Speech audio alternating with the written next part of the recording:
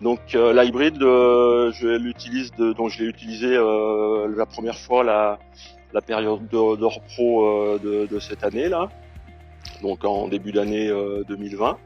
Voilà, donc au niveau des résultats, ça s'est plutôt pas trop mal passé. On était un petit peu dans le flou et dans le doute en se lançant dans cette pratique. Euh, j'ai commencé d'inséminer en début d'année. Et puis bien sûr, on avait un suivi avec notre coopérative d'insémination qui nous a bien épaulé, on va dire.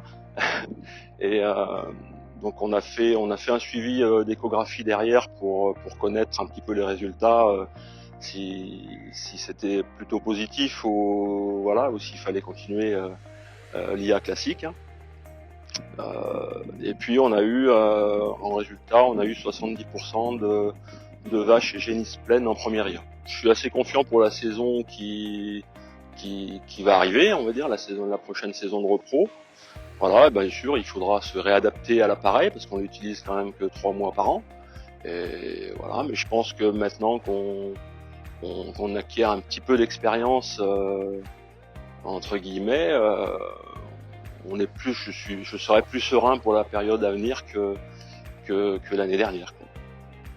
Donc voilà, l'hybride est intéressant parce que bon, on a vraiment un visu du col, de l'entrée du col. Donc on voit s'il y a des problèmes, on voit s'il y a des métrites, on voit si la vache est bien en chaleur déjà.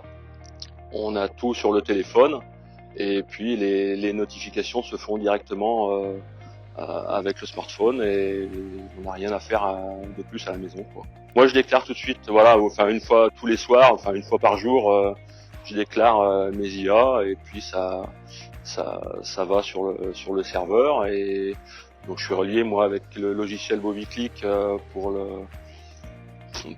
notre exploitation et tout est relié, voilà, j'ai rien à par l'aide des transferts, tout se fait automatiquement.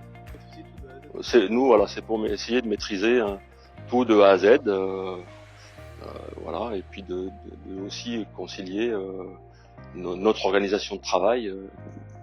Donc là, on a été vraiment bien aidé par le technicien de la coopérative d'insémination. Et puis voilà, mais il faut pas oublier qu'on a aussi le suivi technique qui est compris dedans, et ce qui est très important de se sentir épaulé, aidé en cas de doute et aussi on n'est pas à l'abri d'une défaillance de l'appareil que nous on n'est pas obligé de détecter, ce qui s'est passé d'ailleurs moi la première semaine. L'appareil, ils sont venus me le chercher, ils m'en ont mis un autre à la place le même jour, donc je suis pas resté sans appareil pour inséminer. Ils l'ont emmené en service après-vente et puis dès qu'il a été réparé, ils me l'ont ramené et puis tout allait bien. Non, le but n'est pas de se séparer de la coopérative, que ce soit bien clair.